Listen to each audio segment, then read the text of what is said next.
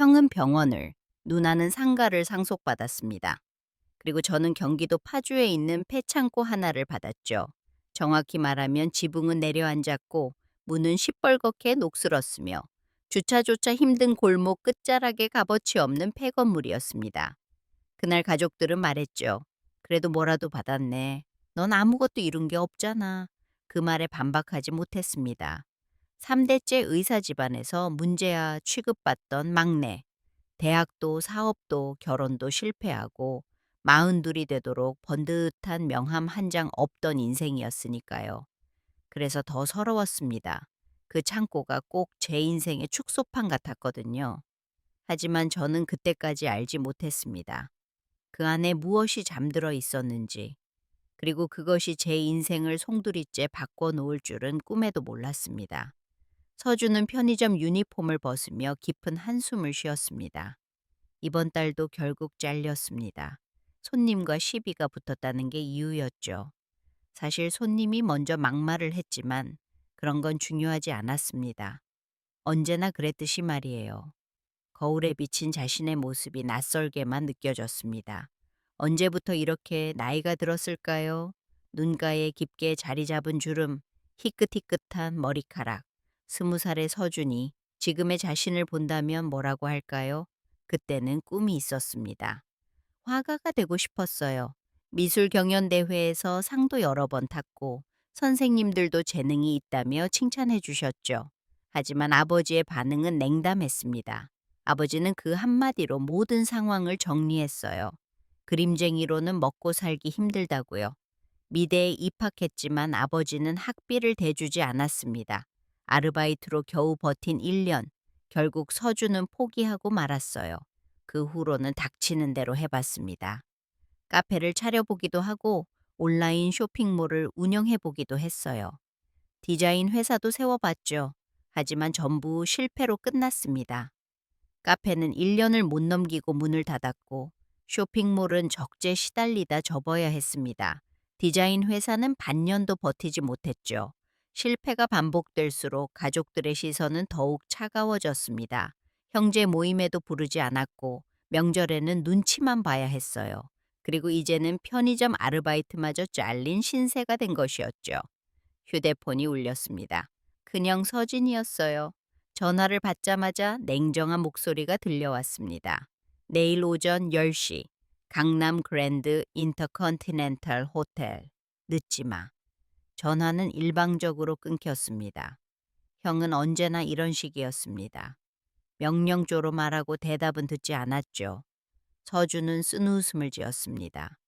아버지가 돌아가신 지 한 달, 드디어 유산 분배를 하려는 모양입니다. 다음 날 아침, 서준은 옷장에 박혀 있던 유일한 정장을 꺼내 입었어요. 12년 전에 산 것이라 여기저기 달아 있었지만 다른 방도가 없었습니다. 낡은 중고차를 몰아 호텔로 향했습니다. 발레 파킹 직원의 멸시 어린 시선이 따갑게 느껴졌습니다. 호텔 레스토랑의 개인실에는 이미 가족들이 모두 모여 있었어요. 형 서진은 고급 양복을 입고 있었고 누나 서영은 명품 가방을 옆에 두고 앉아 있었습니다. 어머니도 와 계셨죠. 서준이 들어서자 모두의 시선이 그에게 쏠렸습니다. 역시 늦는군. 서진이 손목 시계를 보며 퉁명스럽게 말했어요. 서준은 시계를 확인했습니다. 9시 55분. 아직 5분이나 남았는데요. 하지만 아무런 대꾸도 하지 않았습니다. 어차피 들어주지 않을 걸 아니까요. 변호사가 서류를 펼쳤습니다. 아버지의 유언장이었어요. 아버지 이강혁은 강남에서 30년간 내과 병원을 운영한 의사였습니다. 작은 의원에서 시작해 지금은 제법 규모가 큰 개인 병원으로 키워내셨죠. 비록 대형 병원은 아니었지만 강남 중심가의 건물과 함께 상당한 재산을 남기셨습니다. 변호사가 안경을 고쳤으며 유언장을 읽기 시작했습니다. 방 안은 숨소리 하나 들리지 않을 정도로 조용해졌어요. 서준의 심장이 세차게 뛰기 시작했습니다.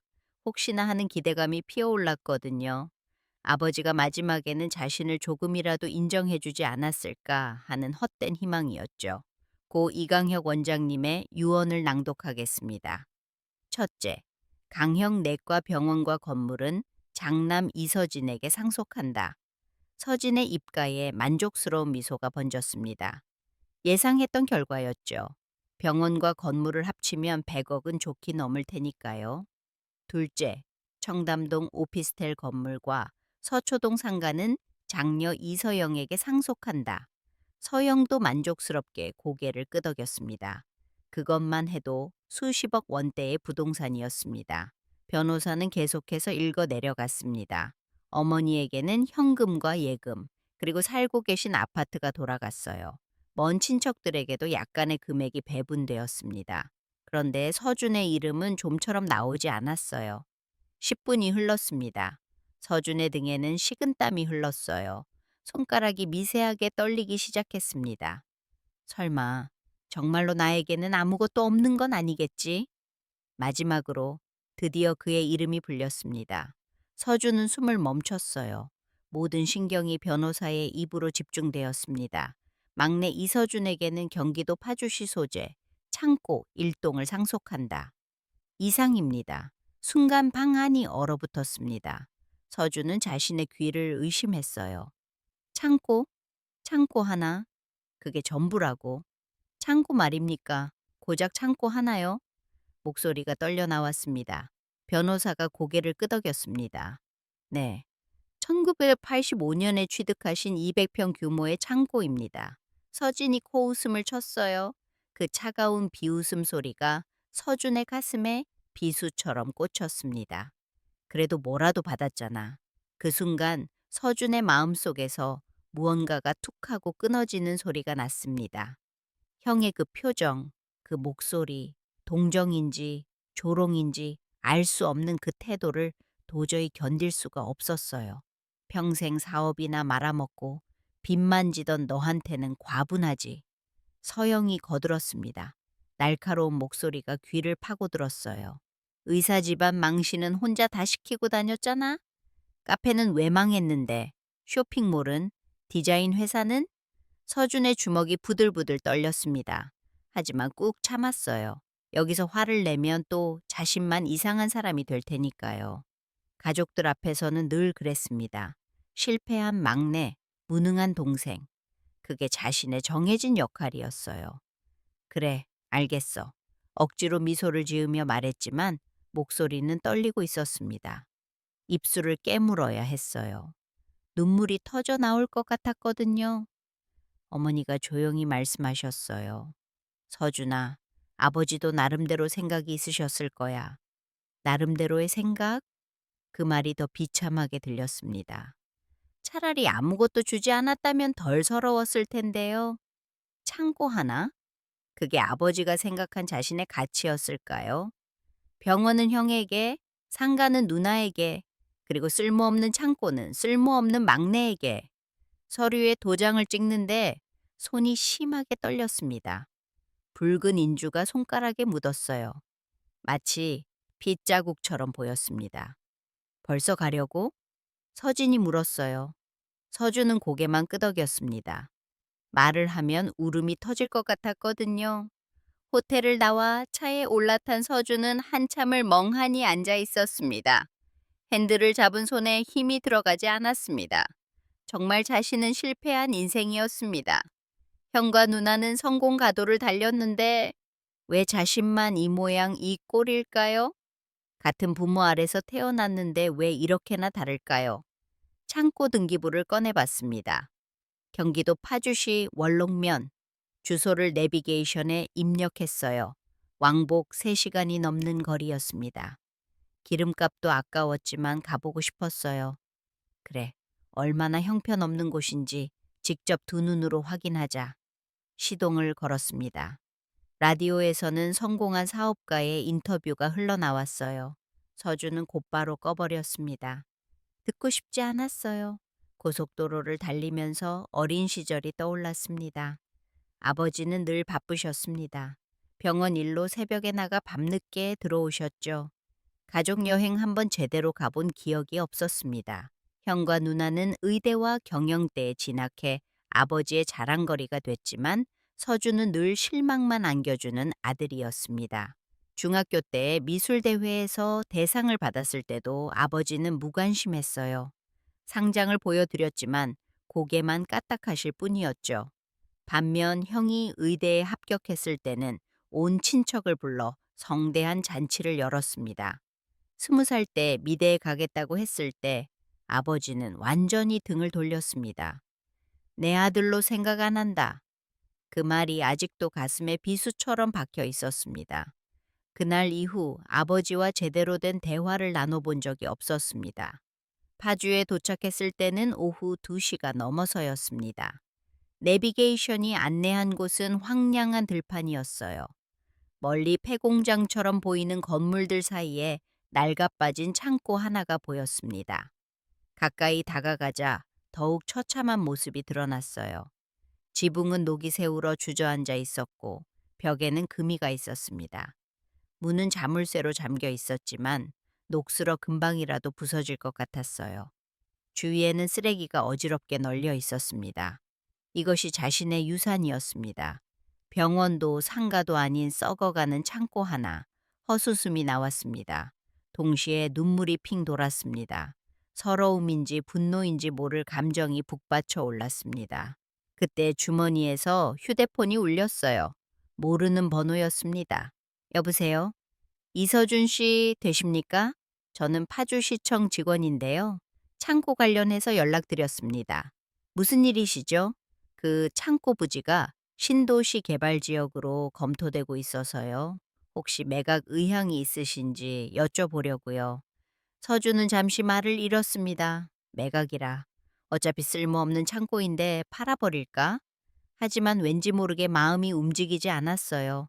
이상한 기분이었습니다. 마치 아버지가 무언가 말하고 싶어 하는 것 같은 느낌. 생각해보고 연락드리겠습니다. 전화를 끊고 창고를 다시 바라봤습니다. 낡고 초라한 모습이었지만 이상하게도 마음 한구석이 찡해졌어요. 아버지는 왜 이걸 자신에게 주셨을까요? 정말 아무 의미도 없는 것이었을까요? 그 답을 찾고 싶었습니다. 어쩌면 이 창고 안에 무언가 있을지도 모른다는 생각이 들었어요. 아버지가 남기고 싶었던 마지막 메시지가 있을지도요. 아니면 정말로 자신을 무시한 마지막 조롱일 수도 있겠죠. 하지만 확인해 보고 싶었습니다. 서주는 결심했습니다. 내일 다시 와서 창고 안을 샅샅이 확인해 보기로요. 망치와 손전등을 챙겨와야겠다고 생각했습니다. 집으로 돌아가는 길, 석양이 창고를 비추고 있었습니다. 순간 낡은 건물이 황금빛으로 빛나는 듯 했어요. 착각이었을까요? 아니면 무언가의 신호였을까요? 그날 밤 서주는 오랜만에 꿈을 꿨습니다. 아버지가 창고 안에서 무언가를 그리고 있는 꿈이었어요. 캔버스 앞에선 아버지의 뒷모습이 왠지 모르게 외로워 보였습니다. 그리고 아버지가 돌아보며 말했어요. 하지만 그 말은 들리지 않았습니다. 꿈에서 깬 서주는 베개가 축축하게 젖어 있는 걸 발견했어요. 자면서 울었나 봅니다. 다음 날 아침 서주는 일찍 눈을 떴습니다. 어젯밤의 꿈이 계속 머릿속을 맴돌았습니다. 아버지가 그림을 그리던 모습이 너무나 생생했어요. 단순한 꿈이 아닌 것만 같았습니다. 마치 아버지가 무언가를 알려주려는 신호처럼 느껴졌어요. 공구 상자를 챙겼습니다. 망치, 드라이버, 손전등, 장갑, 그리고 혹시 모르니 마스크도 넣었어요. 낡은 창고에는 먼지가 가득할 테니까요. 차에 시동을 걸면서 묘한 의무감이 들었습니다. 어차피 자신의 유산이니 한 번은 제대로 마주해야겠다는 생각이었어요. 파주로 가는 길은 어제보다 짧게 느껴졌습니다. 창고 앞에 도착하니 아침 햇살이 건물을 비추고 있었어요. 여전히 초라했지만 어제보다는 덜 수산해 보였습니다. 녹슨 자물쇠를 망치로 내리쳤습니다. 세 번째 타격에 자물쇠가 힘없이 떨어져 나갔어요. 삐걱거리는 소리를 내며 문이 열렸습니다. 먼지가 폭풍처럼 쏟아져 나왔어요. 서주는 기침을 하며 뒤로 물러섰습니다. 먼지가 가라앉기를 기다린 후 안으로 들어갔습니다. 손전등을 켜자 창고 내부가 모습을 드러냈습니다. 예상대로였어요. 아니, 예상보다 훨씬 더 엉망이었습니다. 거미줄이 천장에 가득했고 바닥엔 쓰레기와 낡은 상자들이 산더미처럼 쌓여 있었어요. 쥐가 지나다닌 흔적도 보였습니다. 곰팡이 냄새가 코를 찔렀습니다. 서준은 마스크를 썼음에도 숨쉬기가 힘들었습니다. 벽에는 물이 샌 자국이 얼룩져 있었고 창문은 대부분 깨져 있었습니다. 바닥의 나무 판자는 썩어서 발을 디딜 때마다 위태롭게 삐걱거렸습니다. 이걸 대체 어떻게 해야 하지? 막막했습니다. 청소를 하려면 최소 일주일은 꼬박 걸릴 것 같았습니다. 혼자서는 불가능해 보였어요. 그냥 팔아버릴까 하는 생각이 다시 고개를 들었습니다. 어제 전화했던 시청 직원에게 연락해볼까 싶었어요. 한 바퀴 둘러보고 밖으로 나왔습니다. 옷에는 먼지와 거미줄이 잔뜩 묻어 있었어요. 옷을 털어내면서 한숨이 나왔습니다. 이런 것을 왜 나에게 주셨을까? 차라리 아무것도 안 주는 게 나았을 텐데. 집으로 돌아가는 길에 철물점에 들렀습니다. 청소 도구를 사야겠다고 생각했습니다. 빗자루, 쓰레받기, 대형 쓰레기 봉투, 청소용 세제. 계산을 하면서도 돈이 아까웠습니다. 어차피 팔아버릴 건데 왜 이런 돈을 쓰는지 모르겠다고 생각했어요. 하지만 한 번은 제대로 봐야겠다는 오기가 생겼습니다. 일주일이 지났습니다. 서주는 매일 창고로 향했어요. 딱히 할 일도 없었고 집에만 있으면 우울한 생각만 들었거든요. 청소를 하면서 시간을 보냈습니다. 쓰레기 봉투만 50개가 넘게 나왔어요. 낡은 가구들, 썩은 나무 조각, 정체 모를 쇠부티들 모두 버렸습니다. 청소를 하면서 이상한 점을 발견했습니다. 창고가 생각보다 훨씬 크다는 것이었어요. 밖에서 봤을 때보다 내부 공간이 훨씬 넓었습니다. 그리고 구조도 독특했어요. 한쪽 벽에는 선반 같은 것이 있었고 다른 쪽에는 작업대처럼 보이는 것도 있었습니다. 단순한 창고가 아닌 것 같다는 느낌이 들었습니다. 열흘째 되는 날이었습니다. 거의 청소가 끝나갈 무렵이었죠. 구석에 쌓여 있던 낡은 판자들을 치우고 있었어요. 그런데 그 뒤에 무언가 있었습니다. 천으로 덮인 커다란 물체였어요. 호기심이 일었습니다. 조심스럽게 천을 들어 올렸어요. 먼지가 자욱하게 피어올랐습니다. 기침을 하며 손을 휘젓자 먼지가 가라앉고 그것의 정체가 드러났습니다. 액자였어요. 그것도 여러 개가 겹겹이 쌓여 있었습니다. 첫 번째 액자를 들어 올렸어요. 그 순간 서준의 심장이 멎는 듯 했습니다. 그림이었어요. 유화 한 점이 들어 있었습니다. 붓터치가 거칠고 강렬했어요. 추상과 구상의 경계에 있는 듯한 작품이었습니다. 어두운 배경 위로 붉은색과 푸른색이 격렬하게 충돌하고 있었어요. 전문가는 아니었지만 서준도 이 그림이 범상치 않다는 걸 직감할 수 있었습니다. 미술을 공부했던 시절의 감각이 되살아났습니다. 이건 아마추어의 작품이 아니었어요. 누가 봐도 전문 화가의 작품이었습니다. 그것도 상당한 경지에 오른 화가의 손이 떨렸습니다. 다른 액자들도 확인했습니다. 모두 그림이었어요. 스타일은 조금씩 달랐지만 비슷한 분위기를 풍겼습니다. 전부 합쳐 20점이 넘었어요. 대부분 추상화였지만 풍경화도 몇 점 섞여 있었습니다. 그중 가장 큰 그림을 밝은 곳으로 옮겼습니다. 깨진 창문 틈으로 들어온 햇빛에 비춰보니 더욱 놀라웠습니다. 색감이 생생하게 살아 있었어요. 오래된 그림이 분명한데도 색이 바래지 않았습니다. 휴대폰을 꺼내 사진을 찍었습니다. 그리고 대학 동기인 미나에게 보냈어요. 미나는 국립현대미술관 큐레이터로 일하고 있었습니다. 미술계에서는 꽤 인정받는 전문가였죠. 서준과는 미대 1학년 때 같은 수업을 들으며 친해졌습니다. 서준이 학교를 그만둔 후에도 꾸준히 연락을 이어온 친구였어요. 괜찮은 그림 같은데 한번 봐줄래?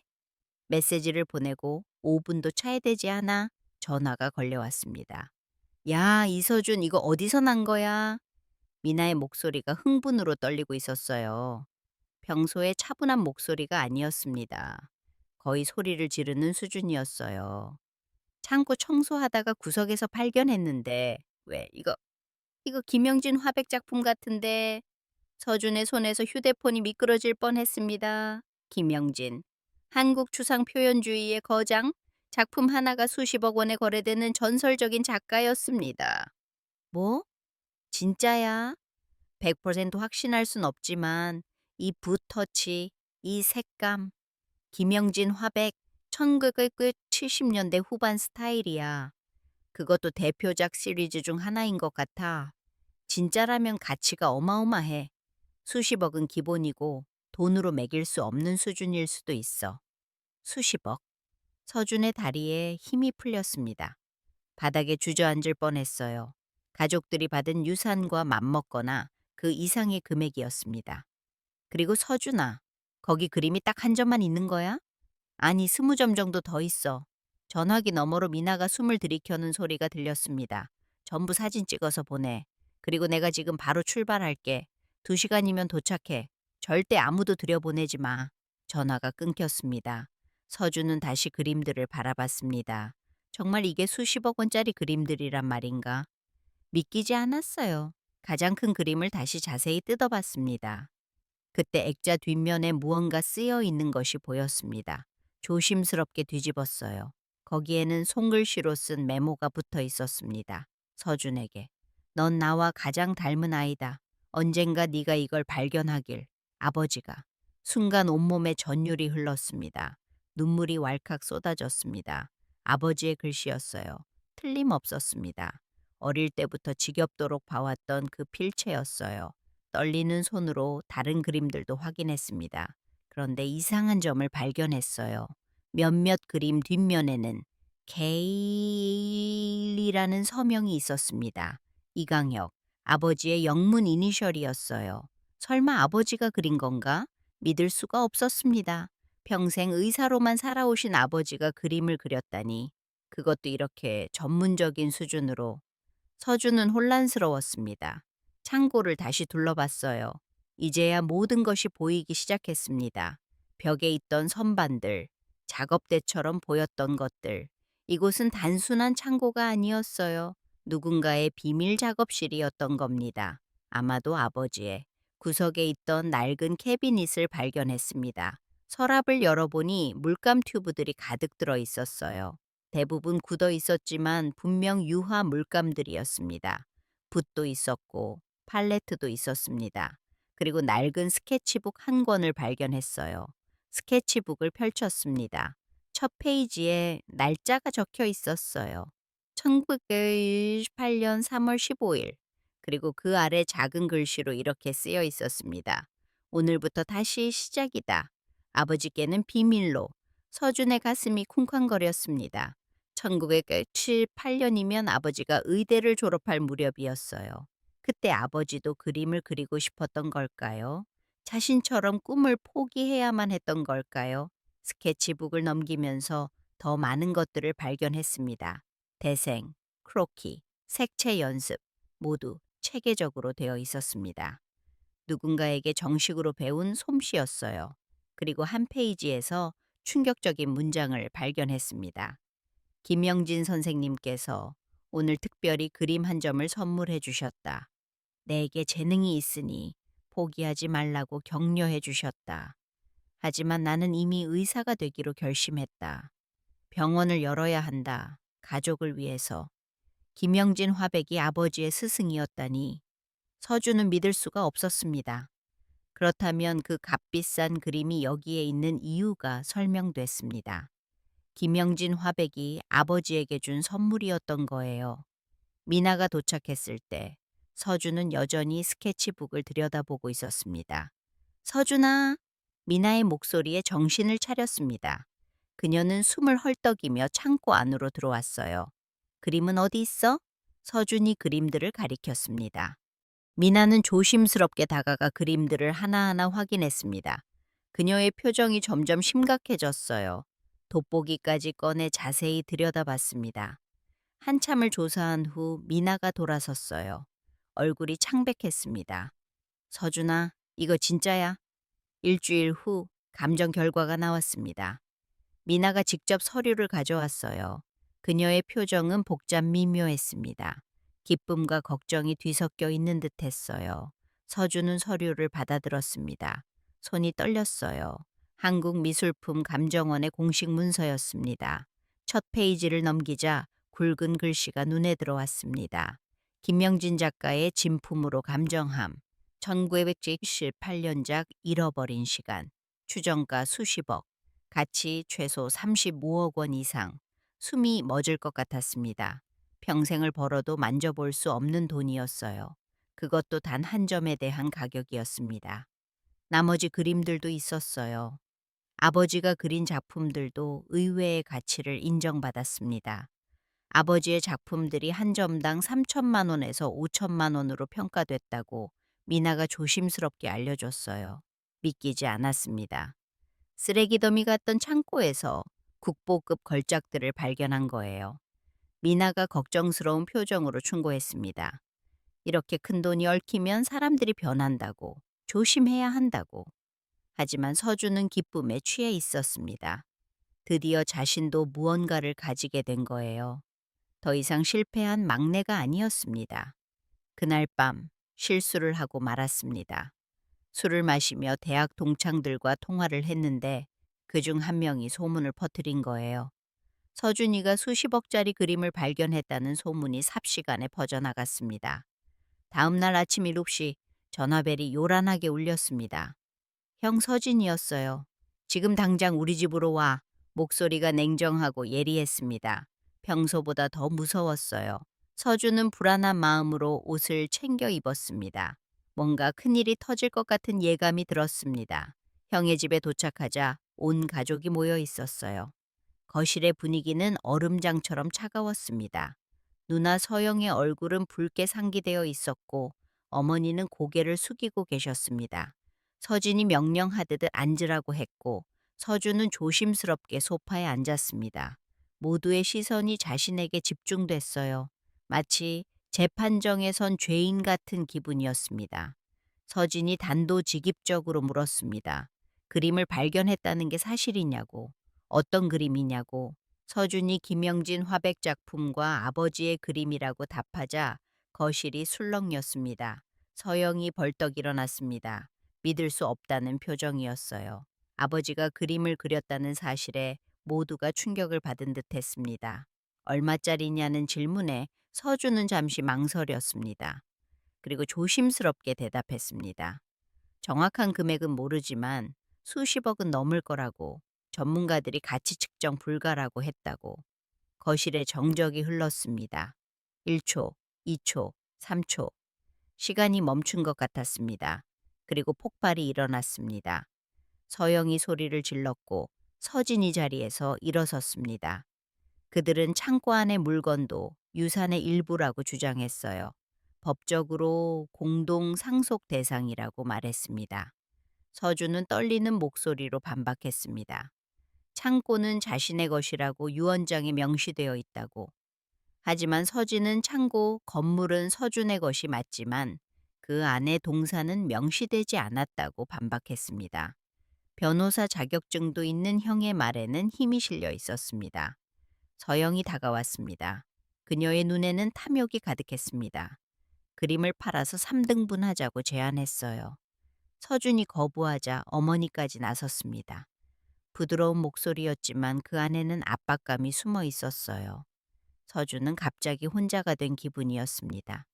가족 모두가 적이 된 것 같았어요. 서준이 그림 뒷면의 메모를 보여줬습니다. 서준에게 넌 나와 가장 닮은 아이다 라는 아버지의 글씨를. 하지만 가족들은 믿으려 하지 않았습니다. 조작했을 수도 있다며 의심했어요. 진짜 아버지 글씨인지 어떻게 아냐고 물었습니다. 필적 감정을 받겠다고 서준이 말했지만 서진은 차갑게 대답했습니다. 진짜라고 해도 법적으로 따져볼 거라고. 그리고는 바로 김 변호사에게 전화를 걸었습니다. 상속재산 관련 상담을 하는 소리가 들려왔습니다. 서준은 더 이상 듣고 싶지 않았어요. 자리에서 일어나려는데 서영이 팔을 붙잡았습니다. 아직 이야기가 끝나지 않았다고.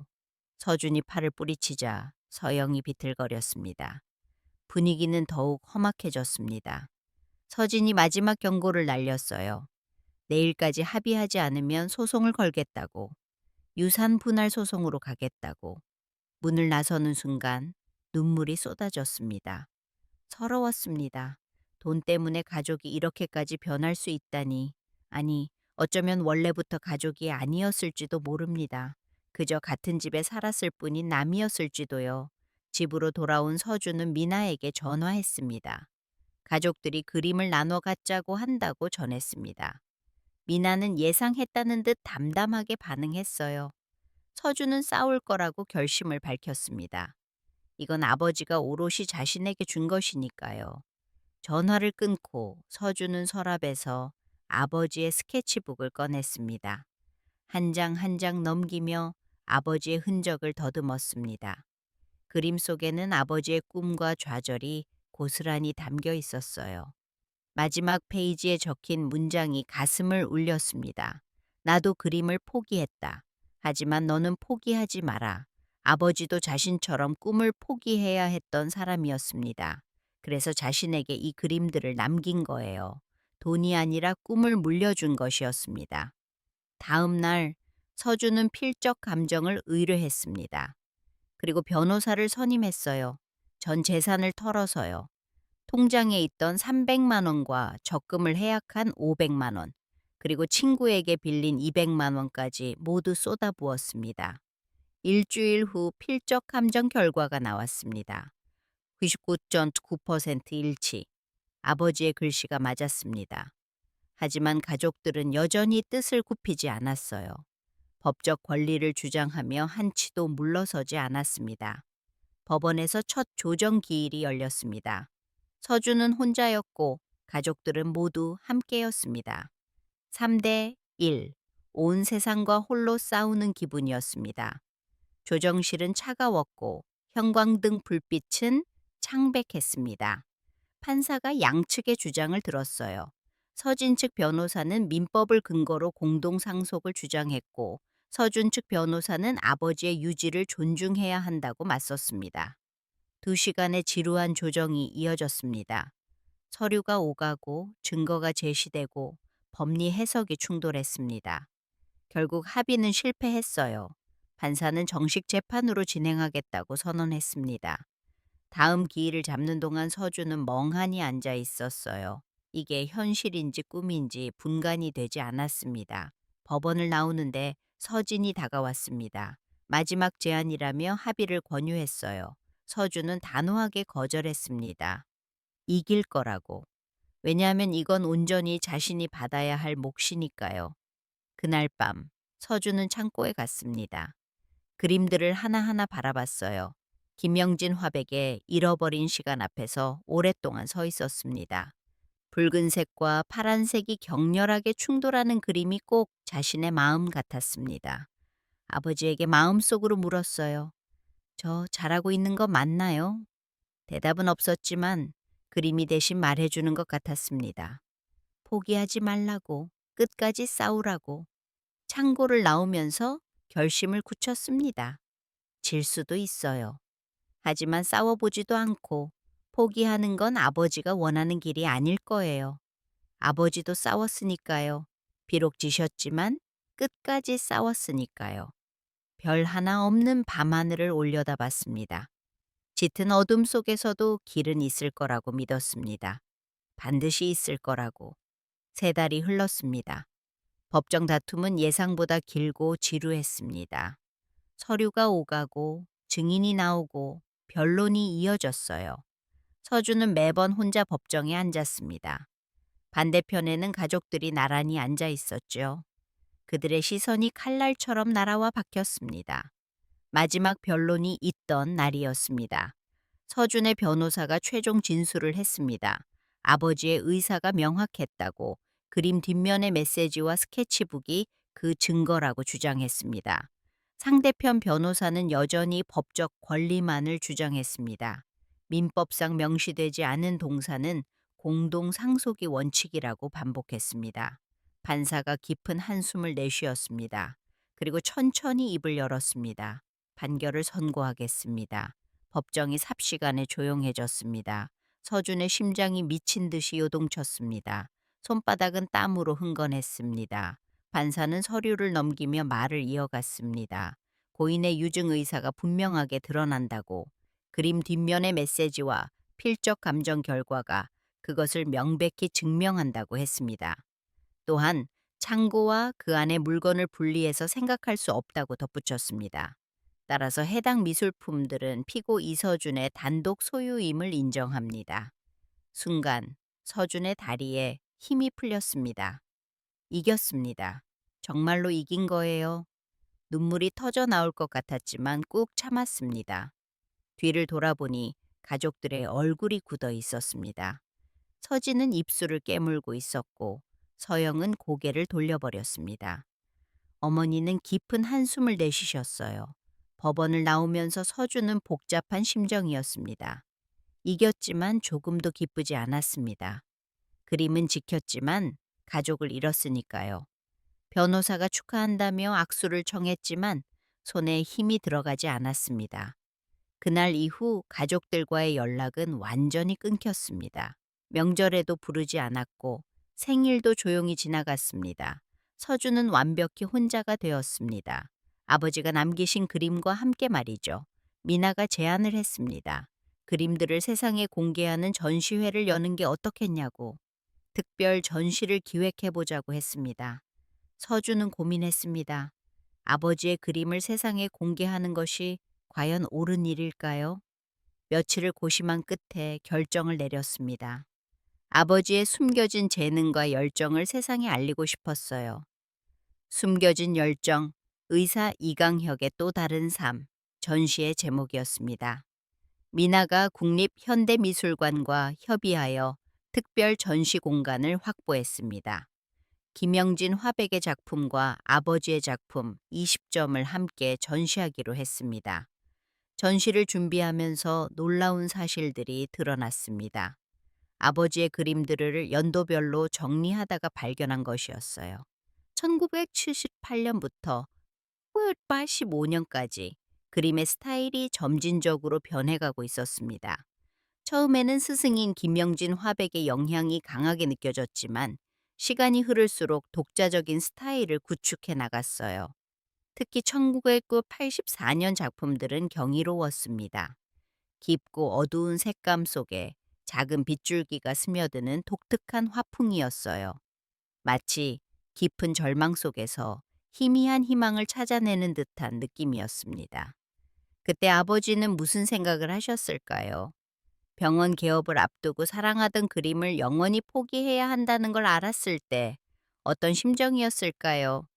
전시 개막 일주일 전 예상치 못한 방문객이 찾아왔습니다. 백발이 성성한 노신사였어요. 이서준 씨 되시죠? 저는 최민준이라고 합니다. 최민준? 어디선가 들어본 이름 같았습니다. 그가 명함을 내밀었어요. 한국미술협회 고문이라고 적혀 있었습니다. 최민준은 놀라운 이야기를 들려주었습니다.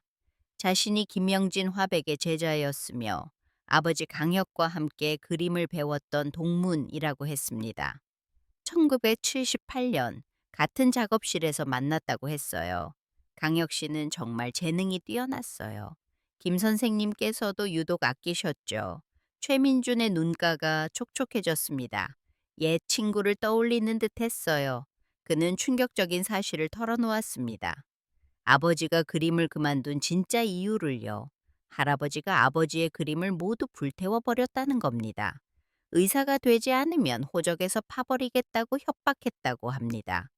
그날 이후 아버지는 공식적으로는 붓을 꺾었지만 아무도 모르게 창고에서 계속 그림을 그렸다는 거예요. 그래서 김 선생님이 그 작품을 선물하신 겁니다. 절대로 포기하지 말라는 의미로요. 서준의 눈에 눈물이 맺혔습니다. 아버지도 자신과 똑같은 아픔을 겪었던 겁니다. 꿈을 포기해야만 했던 깊은 상처를 평생 가슴에 안고 사셨던 거예요. 최민준이 또 다른 이야기를 했습니다. 아버지가 병원을 개업하기 직전 마지막으로 김영진 화백을 찾아갔었다고 합니다. 그리고 이렇게 말씀하셨대요. 저는 포기하지만 제 아이 중 누군가는 분명 이 길을 갈 겁니다. 그때를 위해 제 그림들을 남겨두겠습니다. 그 말을 듣는 순간 서준은 무너졌습니다. 복받쳐 오르는 감정을 주체할 수가 없었어요. 아버지는 처음부터 알고 계셨던 겁니다. 자신의 아이들 중 누군가가 예술가의 길을 걸을 것이라는 걸. 그래서 그 창고에 희망의 씨앗처럼 그림들을 숨겨두셨던 거예요. 전시 개막일이 되었습니다. 아침부터 사람들이 몰려들었어요. 언론에서도 큰 관심을 보였습니다. 숨겨진 예술혼이라는 제목으로 기사가 나기도 했어요. 서준은 전시장 입구에서 관람객들을 맞았습니다. 그런데 아무리 기다려도 가족들은 오지 않았습니다. 초대장을 보냈지만 아무런 반응이 없었어요. 서운했지만 이해하기로 했습니다. 그들에게 서준은 이제 남보다 못한 존재이니까요. 오후가 되자 전시장은 발 디딜 틈 없이 붐볐습니다. 사람들은 아버지의 그림 앞에서 오랫동안 머물렀습니다. 특히 1984년 작품들이 큰 인기였어요. 어둠 속에서 빛을 길어 올린 그 그림들이 많은 이들의 마음에 깊은 울림을 주었습니다. 한 관람객이 서준에게 다가왔습니다. 작가님 아드님이시죠? 정말 감동적입니다. 서준은 고개를 끄덕였습니다.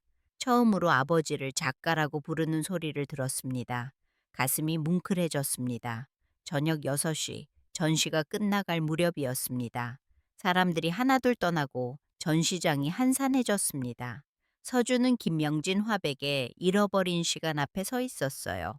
그때 누군가 다가오는 발소리가 들렸습니다. 돌아보니 서진이었습니다. 3달 만에 마주하는 형의 모습이었습니다. 말없이 그림을 바라보던 형이 조용히 입을 열었습니다. 그림 좋더라. 짧은 한마디였지만 그 안에는 많은 의미가 담겨 있었습니다. 서준은 아무 말도 하지 못했습니다. 목이 메어왔어요. 서진이 다시 말했습니다. 미안하다. 그리고 돌아서서 나가려는데 입구에서 서영과 어머니가 들어왔습니다. 그들도 왔던 거예요.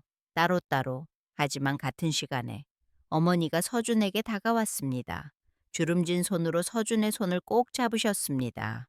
아무 말씀도 하지 않으셨지만 그 따뜻한 온기만으로도 충분했습니다. 미안함과 후회가 고스란히 전해졌습니다. 어머니의 눈에 눈물이 고였습니다.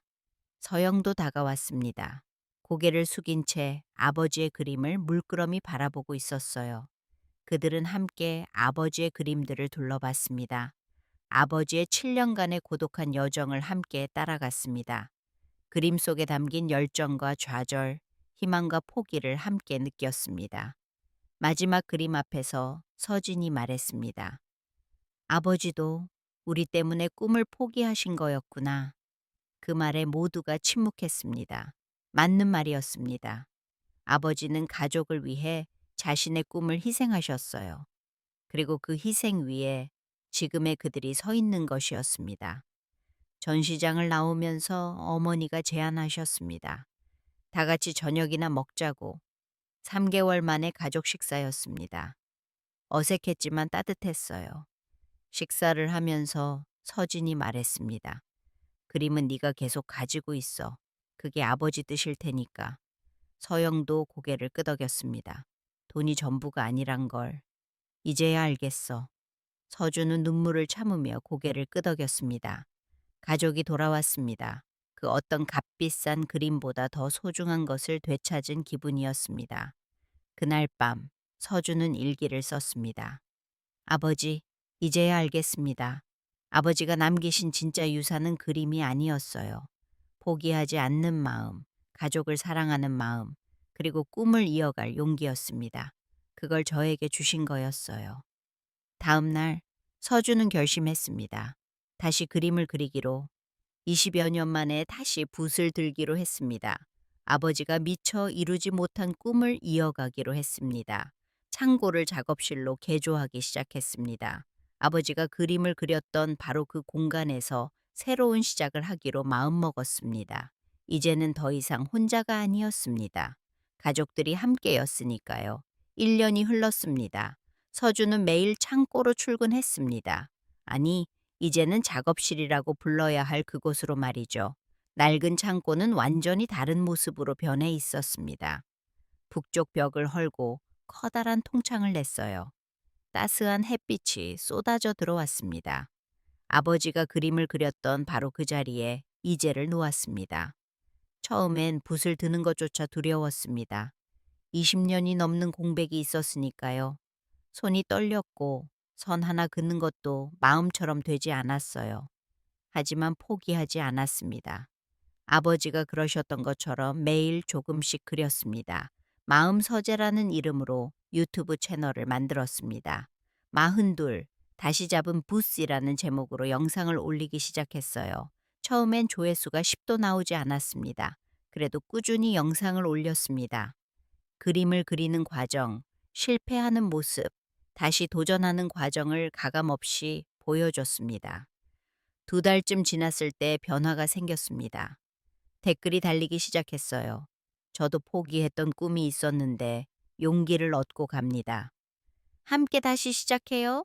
비슷한 처지의 사람들이 모여들기 시작했습니다. 구독자가 1000명을 넘었고 어느새 10,000명이 되었습니다.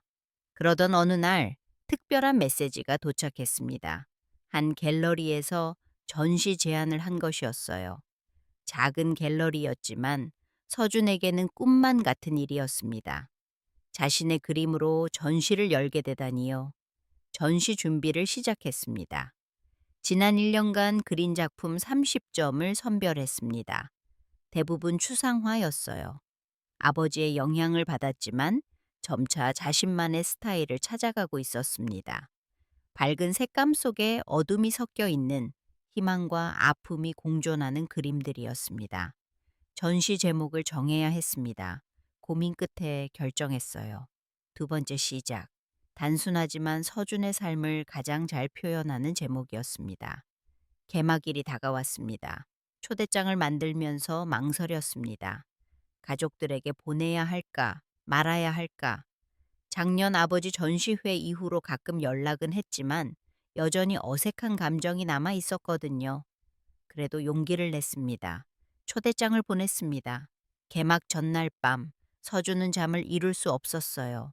내일이면 자신의 그림이 세상에 처음으로 공개되는 거예요.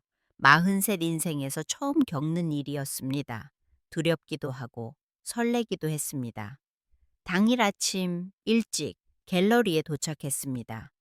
벽에 걸린 자신의 그림들을 보니 믿기지 않았어요.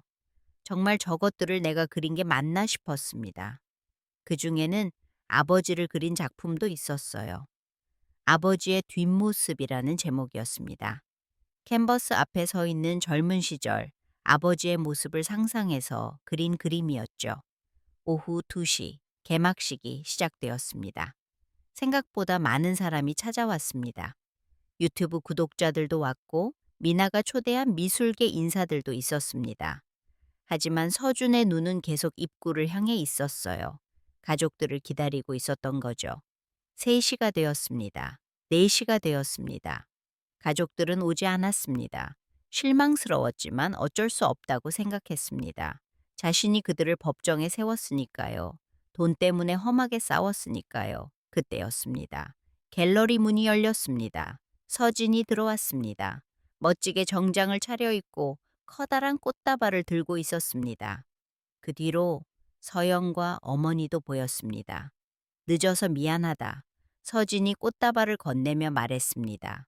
서준은 떨리는 손으로 꽃다발을 받아들었습니다. 눈물이 핑 돌 것 같았어요. 가족들은 천천히 전시장을 둘러봤습니다. 그림